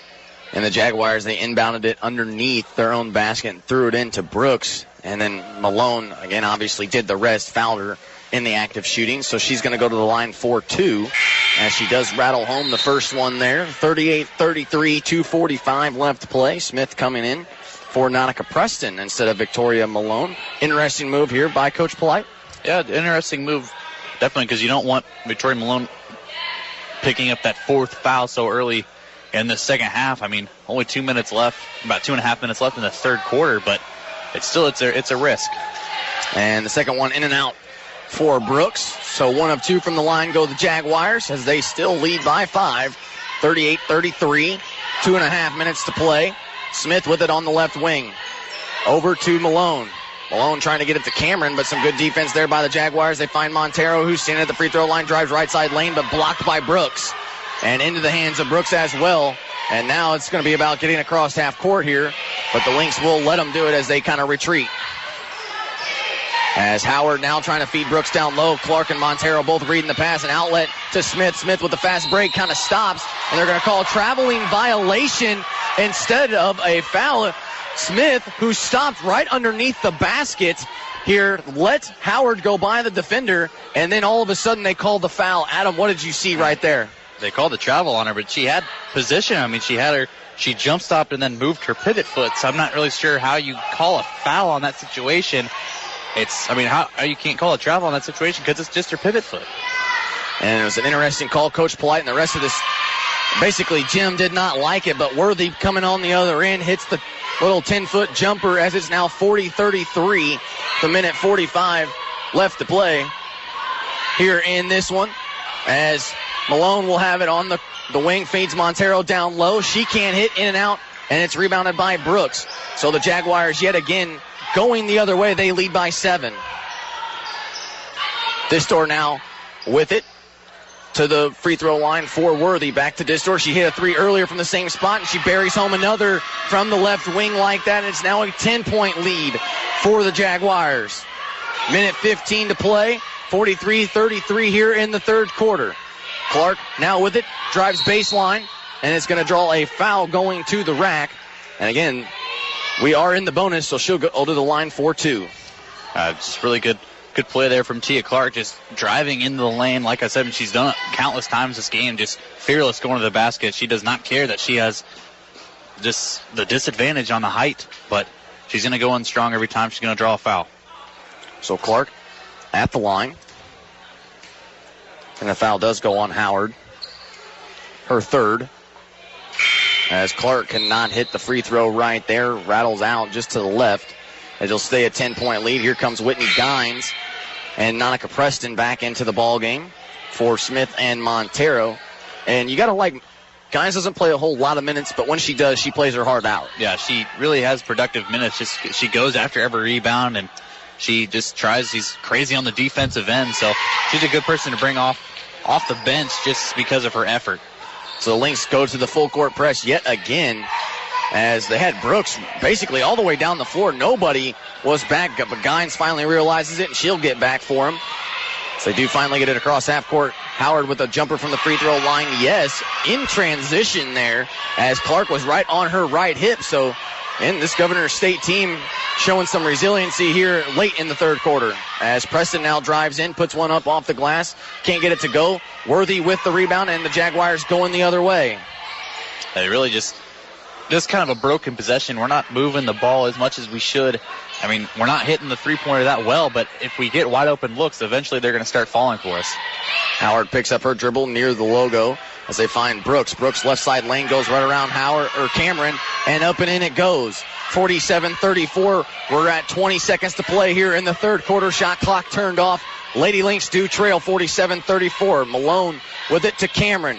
Cameron's got 12 seconds on the right wing. Hands it off to Preston. Preston now back to Malone on the wing. To the top of the key for Preston yet again with 6 seconds on the shot clock. No. Cameron with an offensive rebound. Put back. No good as well. Brooks pulls it down. And that's going to end the third quarter right there. 47-34. Lynx now trail by 13 to Governor State. The Jaguars here in the Jack D. Nutt Arena. Adam, as we head to the fourth, it looks so much like the Lynx team was going to be able to stand in there and kind of keep fighting. What do they have to do offensively here in the fourth quarter? Because it's do or die now. Yeah, they got to keep moving the ball. I mean, they got to swing the ball no matter what. They have just get an open shot. I mean, we're just forcing things up at this point. It's just not working out for us. So you just need to keep swinging the ball. Just maybe give Kalia Montero a touch inside. You know, they should double her just because she's been so dominant on the inside. So that should open up a shooter on the outside. Now, when we say shooter, we haven't seen Smith or Preston really have a great shooting night here like we're capable of them seeing. So who would you go to, and who are you maybe trying to get open in the corner? Because I know we were 1 for 12 in the first half from the three-point line. That's going to be our way to get back into this one down 13. So the Lynx kind of need to do what they do best and get some open threes. And who takes it? I think Tia Clark. I think it's her turn really to step up and really get the scoring going for us. I mean, Annika Preston and Monty Smith, like you said, just haven't had the greatest shooting days. So it happens. So you get in shooting slumps sometimes. You just have to shoot your way out of it. But I think Tia Clark, she hasn't really shot that much today. And when she has, she's been going to the bucket and just drawing fouls and stuff like that. So I think it's really time for her to just shoot the three ball a little bit. And like you said, you have to shoot your way out of those slumps. I mean, we saw Luke Griffith last year for the guys team. I mean, one of the best three-point shooters in the state of Illinois, and could not buy anything. Open, contested, whatever it could have been. That's kind of like how Preston and Smith are shooting here tonight. I mean, it does not matter, open or contested, nothing can fall for them. As the Lynx do have the basketball to start the fourth quarter. Cameron feeds Montero down low, count the basket and the foul. That's one way to get back into this ballgame. We were talking about the three-point line. Why don't do it the old-fashioned way? Yeah, just get the old-fashioned three-point play, like you said. Montero still showing her patience down low. She's waiting for the defense to come to her. Then she shot fakes, goes up, draws the foul, and one. So Montero also as well kind of stands a little bit behind the free throw line, but not as far as Imani Smith, as that one off the hands of Thomas up for the Jaguars, and it's going to stay with the Lynx underneath their own basket with the fresh 30 as well. Really just was an in and out free throw there from Montero. Kind of caught the Jaguars off guard just because they thought that ball was going down as well. The Lynx do inbound it into Montero. Now bounce passes one to Malone at the top of the key. To the wing now on the right side for Cameron. Cameron trying to find Clark. She does. It's kind of tangled up a little bit. Ball still loose on the floor. They didn't call travel this time as she finds Cameron. Cameron now to Preston. Preston has it stolen away by Distor, and now Worthy on the fast break. She'll stop, takes a jumper in transition, and she'll bury one home.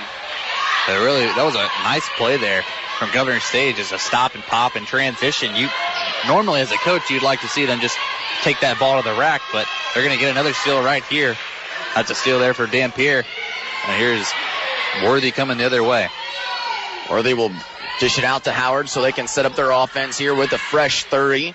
Again, this Governor State team, not the best really organized on the offensive end, but they do a lot of pressure and getting a lot of steals, kind of help their fast break transition as Distor threw it over the head of Thomas right there into the hands of Nanika Preston. Preston to Clark. Clark picks up her dribble on the left wing as these guys are about to play catch just back and forth across the gym. Instead, they find Malone, and Malone is going to have it poked away by Distor, who kind of did that with some force right here in front of us. I mean, Victoria Malone had a wide open lane. It seemed like she was forcing Malone left, and Malone had an open lane to the left. I'm not really sure why she didn't just kind of take it, just try to take her baseline there, but it's going to be still Lynx ball with 16 seconds left on the shot clock. So Malone trying to inbound here, close to a 5-second call, but they find Clark in the left side corner, and once again she's going to have it stolen away as they're going to have a timeout called by Clark on the floor, going for the Lynx instead of the jump ball. And so great heads up there by Clark, as I think everybody, the only person that knew there was a timeout called was the official and Clark and myself. Everybody else is kind of just standing there going, what's going on? It's not a foul. It's not a jump ball. Either way, timeout Lincoln. Here in this one, they trail 49-36 with 8.5 to play in game number 1. But Adam, what are you seeing so far? You got to like the fight and the hustle out of this Lynx team, but what can they possibly be talking about right now? I like the effort. I like how we're not giving up in the game. I mean, we're down 13, but it doesn't seem like that just the way that we're competing against Governor State. But I think we really need to run some set plays. Just get some open shots. If the shots start falling for us, that'll give us more confidence. That'll give us just more shots to take because we're just more that confident, and they should be starting falling for us. We'll see what they want to do in the inbound underneath their own basket. 49-36, 8:24 left to play. They throw it into Montero. Distor got to be careful. She's very quick, and this time she's going to draw a foul as the reach in on Victoria Malone. So Distor all over the place here for Governor State. I mean, seems like whoever she's guarding, she pokes it right away. Yeah, I mean, that last steal that they got called a foul seemed pretty clean to me. I thought she got it loose. And then Victoria Malone just forces the ball on the inside. Somehow Monty Smith ends up finding Malone to save the possession there, as you always got to be worried with this Lady Lynx team when they fall on the floor. As Cameron now with it, kicks it back out to the top of the key, and Malone swinging around to the corner now on the left side for Clark. Clark guarded very closely by Howard, now double team. She'll pick up a dribble, find Montero down low, but the pass is too wide and off the hands of Montero. Had the positioning down low, just couldn't finish. Yeah, had the positioning, just the pass was just a little too hard, and it was just a little too outside, and Montero's just not going to get to that pass. I mean, especially with one hand. I mean, it's a tough pass to corral. So Governor State now will inbound underneath the Lynx basket here. Full court press once again by the Lady Lynx. This time Montero's not taking any chances. She's standing down low underneath the basket just in case something were to happen on the fast break. But Dampier does get it across the half-court line as she drives in left side lane, down low to Worthy. Has it poked away by Cameron. Cameron ahead to Malone, as now she's going to slow it up here just a little bit. And they're trying to push a pace. Wide open down low is Montero, and she'll lay it up and in because nobody's home. That was a nice play there from Victoria Malone, just noticing that Montero just wide open running down the floor, just going to hit her for a wide open layup. Dampier now guarded by Imani Smith. This is a very athletic Lady Lynx team. They are capable of bringing this one back. 7 minutes to play, still plenty of time. Down by 11, 49-38, as this time the jumper from Worthy will not go. The mid-range as Clark with the rebound out to Cameron. Cameron trying to drive in on Dampier, puts it off the glass on the left side, and that's up and in. Back down to single digits. Here come the Lynx. 49-40 with 7 minutes to play. as Howard goes right around Clark, stops, takes a mid-range jumper, and somehow those mid-range jumpers in transition have been Governor State's best friend tonight. Yeah, it's been their bread and butter, really. That's really all they're doing in transition, which is so surprising because they're such a layup-oriented team. As Victoria Malone gets a wide-open layup, it was kind of contested. She misses it, but Governor State coming back the other way. But just a wide-open mid-range shot has just really been their best friend, like you said, here in this game. And Malone could not finish on the other end for the Lady Lynx. It's back to 11, 51-40, 6.5 to play here in the fourth quarter and first game as Howard takes another step back. This time it's in and out, but Worthy with an offensive rebound as the ball's still loose, and they're going to call a timeout taken by Governor State. Tanisha Mack, the head coach, wanted to talk things over before they lost possession of the basketball. So another timeout taken right here. We're going to go to break as well. 6 minutes remain here in game number one. Your Lady Lynx trail by 11, 51-40. Here as you guys are listening to Lady Lynx basketball right here on 89X. Okay, forest animals. Kids are coming to the forest, and it's up to us to make their visit a good one. Sparrow, have you practiced the most popular bird songs for the year? Of course. Catchy. I like it. River, how's the temperature? It's a refreshing 52 degrees, man. I love it. Turtle. He's not here yet, man. He's late every morning. Okay. Squirrel. The forest has been preparing just for you. To learn more about cool things to do in the forest, visit discovertheforest.org. Brought to you by the U.S. Forest Service and the Ad Council. When is the best time to talk to your family about staying in touch during a disaster? When floodwaters reach your door? When wildfires are engulfing the edge of your neighborhood? Or an earthquake is destroying buildings? Or is the best time perhaps today? During a disaster, you may not be able to stay in touch with your family or friends as easily as you think. Go to ready.gov/communicate and make your emergency plan today. Don't wait. Communicate. Brought to you by FEMA and the Ad Council.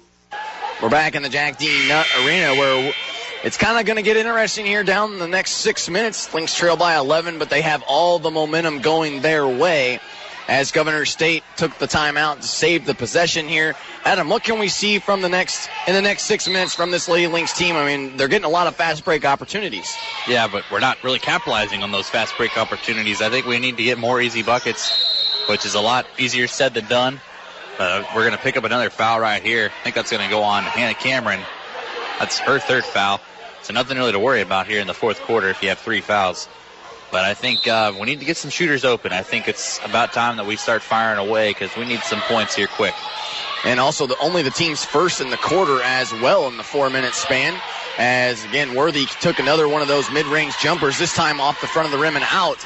So Cameron comes down with the rebound. Here come the Lynx yet again. They trail by 11. They just need one basket right after another, one possession at a time as Montero trying to force one. Down low to Cameron, and it's stolen away by Dampier, and that's not what Coach Polite wanted there. No, definitely not. I mean, we've been successful down low, but you cannot force it inside. I mean, if they're playing good defense, you just got to respect that, and you just have to just get another shot some other way. As Howard now with it on the right wing for Governor State. So back to the top of the key and Worthy. Worthy working on Montero, drives right side lane. Throws it to Thomas. Thomas back out to Howard from downtown in the corner, and she'll bury home another one. It's now back to 14. 54-40 here with 5 minutes to play. Governor State really answered my call when I asked, do they even have any shooters? I mean, Howard and, just Stewart, they've just been just lights out here in the second half from long range. As Smith down low to Montero, kind of forced it in there, got the pass to go, and then Montero somehow gets the basket to go as she was double teamed, but hey, take it any way you can, right? Yeah, you got to get bucket any way you can, like you said. So points are points in this situation.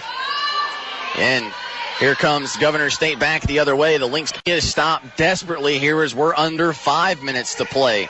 To Worthy, working on Montero, drives left side lane, turnaround jumper, no.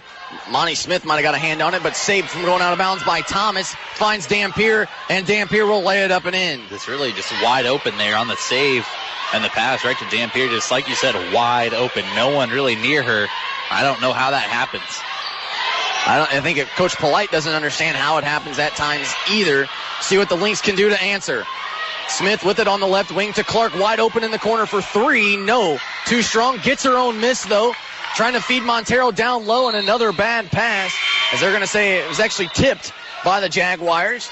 So Lynx get bailed out again. They're going to have the basketball underneath their own basket. Nautica Preston comes back in. Hopefully she can just shake off the game that she's had today. Just not a great shooting day for Nautica Preston. I think she only has about 2 points, which is so unlike her. Montero again underneath. Misses the layup, gets her own rebound, and there's going to be a foul on the play. It's going to be on the floor, though. And like you said, they're feeding Montero. She's getting the looks. She's open. Yeah. She's positioning herself correctly, but cannot finish. We've got to capitalize, like you've been saying. They inbound underneath their own basket. They find Preston. Preston once again trying to feed Montero. They're almost double teaming her as Clark now with it. Takes a three from the wing. No, way too strong. Preston with an offensive rebound. Put back off the glass, and you count it. 56-44, and once again, Lynx doing a good job on the offensive rebounding category. And hopefully that'll get Nautica Preston going here as well. Just seeing the ball go through the basket, just more than anything. As Thomas now with it. They got a foul in the corner, I believe, going against Cameron yet again. So she's going to pick up her fourth. Team second here in the quarter. Both have been by Cameron. So, again, you got to like the Lynx not fouling here and basically playing some good defense. Yeah, we're playing some very aggressive defense without fouling, which is really a recipe for something good. So that's blocked by Nautica Preston. Offensive rebound there for Brooks. So we just need to clean it up right there. Just not allowing offensive rebounds. Do not give them more time to waste. Howard picks up her dribble. Clark was all over her as they get to the top of the key for Worthy. Worthy now is going to get bailed out with another foul. I believe that one's going on Imani Smith this time, so she'll pick up her third, team's third, and yet again a fresh 30, and an inbound underneath their own basket for the Jaguars. So they will find Thomas. Thomas working on Cameron, finds Brooks. Brooks trying to drive in on Montero. The left-hand hook ends up going off the backboard there. Nothing much Montero could do. Here come the Lynx with 3 minutes to play on the other end. They trail 58-44 as Clark back to Smith at the top of the key. To the right wing now in Preston. To Smith. Smith thought about a three, instead drives into the lane, finds Montero down low, and she'll finish. What a pass there from Imani Smith. Coach Blight wanted a timeout right there, but the ref just not really allowing him to say it. He was right behind him, or he's right in front of him. The ref was, and Coach Blight, I can hear from up here yelling timeout, timeout, timeout. Just nothing was right there. Anyway, he's going to like what he sees as Montero comes up with a steal, finds Clark. She's got a one-on-one opportunity, finds Cameron running down the floor in transition, and she'll lay it up and in. It's now a 10-point game, 58-48, 2 minutes to play as Howard trying to go coast to coast, but she's going to be bumped by Imani Smith real quick. They're going to say the basket or the foul was on the floor. However, and I know Imani Smith is frustrated by picking up her fourth, but you got to like that stop the fast break opportunity. Yeah, like you said, exactly that. You got to stop the fast break opportunity, or else it's going to be a wide open layup. And I mean, she did end up making the layup, so you have to commit a foul right there. Just do not let them put points on the board. They do throw it into Howard. 10-point game, 2:10 left to play. Down low to Brooks. Brooks drives in too strong off the backboard. Montero with a big rebound. Ahead, baseball pass to Clark, who is running the floor, and nobody home. She'll lay it up and in. It's now down to 8. And here's the timeout taken by Tanisha Mack from Governor State. We'll stay right here. Just under 2 minutes to play. 58-50. Adam, we knew it was going to be a good one down to the wire. We didn't know the Lynx were going to trail as much as 13 at one point, but you got to like them getting it back down to single digits here. Yeah, they're doing a really good job just staying in the game, like you said. I mean, at one point when they were down maybe 13 points, I mean, I thought they were kind of out of it at that point. It just seemed like we were just kind of laying over and just kind of dying, but we're really responding well, and we're coming back into this game. We're getting some wide open baskets, and we're getting some wide open shots, and they're finally going down for us. Again, now, if you're Coach Polite, you're saying, okay, we got it in the single digits. We definitely need to stop right here. So do you go to that press that's kind of been broken a few times, or do you kind of say, hey, trust my defense here, as we only have 4 fouls in a 9-minute stretch? I don't think you go with the press, and if you do, I mean, I think they're going to go with the press right now, but I think that's just going to waste more time, and we need time. We need it. So just the longer it takes for them to get the ball across the court, just those precious seconds ticking off the clock. So the Lynx trail by 8. Has the president, Dr. David Gerlach, standing here in the Jack D. Nutt Arena as Worthy with it at the top of the key, trying to cross over Imani Smith. But here comes Clark out of nowhere, and we're going to have a jump ball, at least it looks like. And he didn't really signal there at first. I thought he was going to call a foul there. I was too, the way he had his hand. But instead they do call a jump ball. It stays with the Jaguars. But, again, competitive defense there. Smith with moving her feet well, and then Clark comes out of nowhere. Yeah, Clark comes out of nowhere, like you said, just getting that steal. It's just huge. As Howard takes a jumper, no good, but Brooks with an offensive rebound, gives it right back out to her, thought about a three, and wanted to travel, didn't get one. Now to the top of the key in Distort, down low to Brooks yet again, double teamed. Kicks it back out to Howard, trying to waste some time. Under minute 30 to play, 58-50. Governor State still with the basketball as Brooks drives left side lane, going to be blocked by Montero. Dampier comes up with it, and so they have 8 seconds on the shot clock. Dampier's trapped by her own bench, and now yet again, Coach Mack is going to have to use another timeout right here, so she'll have 2 remaining after this timeout.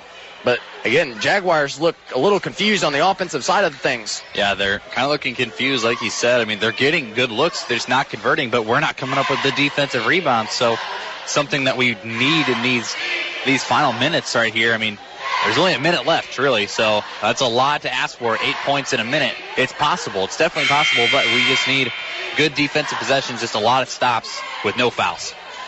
Now, I know we've talked about this. We're going to have to start shooting those threes here to get back in this one. I know we could use a 2. I think we got, about 1 or 2 more possessions where we could possibly, before we start throwing up some prayers. Yeah, I think we maybe get a set play where you get a 3. That should get us going. Then if we get a steal. Who takes it, though? I think Nanika Preston. Even though she's had a rough game, I think it's her time. I think she's going to knock them down and clutch. I'd have to go with that as well. I would have to trust Nanika Preston about as anybody on this team, and now all of a sudden, I believe there was a kind of invasion of privacy there a little bit. Telling Tia Clark to back up, really. So Clark, I mean, on the inbounds, not somebody the tallest or, the quickest player on the floor, but she's going to do it, and she almost came up with that as they find Dampier running a little lob pass there, and she'll finish it, so it's back to 10. Lynx going to have to work rather quickly here. We're right at a minute to play. Lynx trail by 10, 60-50, 250 as Cameron with a good backdoor cut, but could not corral the pass, and it goes out of bounds. And that should be pretty much it. Coach Polite calls a timeout. 30 seconds. He wants to talk things over defensively. How can the Lynx come back here in this one? They got 56 seconds, down by 10. We know they're going to have to start throwing up some prayers and some threes, but defensively, they're doing their job. Yeah, they need to hope for a few steals off the press right here. I think if you get a steal right here and get a bucket, then you get another steal with another bucket, I think you are in good shape. But other than that, I mean, we got to get a stop no matter what, and if we don't get that stop, you got to foul just to stop the clock. And you're exactly right. You do have to foul here in this one. Again, we're going to have a good game coming up in game number 2 as your Lincoln College men's team taking on Missouri Valley College here in this one as your men 2-2 on the season. Both losses coming by 1. One was also in overtime, but Missouri Valley 2-0, so they're looking to keep their undefeated record. We'll see what happens here in the next 50 seconds. Until then, we'll see what this Lady Lynx team can do to come back as they're going to start the fouling process right here. Imani Smith or Hannah Cameron, one of those two. Either way, night is over. Yeah, one of them's going to foul out. I believe they're going to give it to Hannah Cameron. So Imani Smith will stay in the ball game. Hannah Cameron needs to take a seat because that's her 5th. Cameron didn't understand why it was on her. I mean, Smith was walking towards the bench thinking it was going on her. Imani Smith just, like you said, just thought it was 100% her. I mean, she was walking towards the bench. She thought her night was done. That's what friends are for there. Cameron will take the slack and take the fall right there. As her night is done, she did foul out. Howard at the line. 4-2 opportunities. And rattles in both of them, so it's a 12-point lead here. 62-50 with 46 seconds to play as the Jaguars going to have some full-court press as Malone overthrew Clark. Somehow she saves it. Montero trying to get it to go before it's an over and back and a 10-second count. But now we're going to have an official because one called the 10-second call and the other one stoppage of play. I'm not really sure. Are they going to say Clark might have been out of bounds on the baseline or on the line? I'm not sure what. They're going to say Coach Polite called a timeout. They are going to say Coach Polite called his last timeout before the ball. I mean, it was clearly going to be a 10-second count going against the Lynx because they could not get it across the half-court line. So Coach Polite calls the timeout right there just to save the possession. But, I mean, is this one too little too late? I think it's a little too little too late. I think, 12 points with under 40 seconds left. That's a tall order. And I think we're going to have to really just throw up some shots here. Hopefully some of them will fall. It's only 4 threes. I mean, I'm sure Preston or Smith can hit 4 threes in a row in practice. Would love to see him do it right here. But then we got to get a stop on the other end. That's the challenging part. And if we had 4 back-to-back possessions, I could see us coming back from that. But there's more time that needs to be held. They do inbound it to Malone, who gets it across the half-court line here in this one. 62-50. Clark drives in baseline, puts one up. Blocked by Thomas, though, into the hands of the Jaguars here. Again, kind of looks like Coach Polite calling off the Dogs right here in this one, as no fouls are going to be issued. And they're going to let this one kind of run out. We're at 15 seconds. Shot clock is turned off. Brooks just kind of holding it. Montero down low. Now to Dampier. Clark trying to still get a steal just in case. Again, it's not over until the final whistle, until that final buzzer. We're at 2 seconds. And that will do it as Clark and looks like Dampier and Howard, they were all laughing about it as they were basically kind of monkey in the middle where you would kind of go with there, kind of throwing it over the Clark's head in a way. But that's going to be the final here in this one. 62-50 is our final score here. Adam, what looked like it was going to be a good one here in this one. The Lady Lynx had a very good first half. But just what happened in that second half that kind of made them fall apart a little bit and end up down by 12? Really, we stopped their inside presence in the second half, but unfortunately, they started hitting shots from the outside. So something that we didn't really think was going to go their way. I think they shot maybe 4 3-pointers in the second half, and I believe they made all 4. I think you're correct. I'm not sure.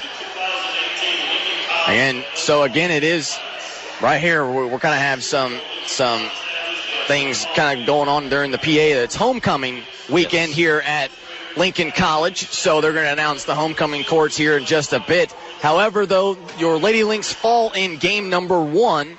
62-50 was the final over Governors State.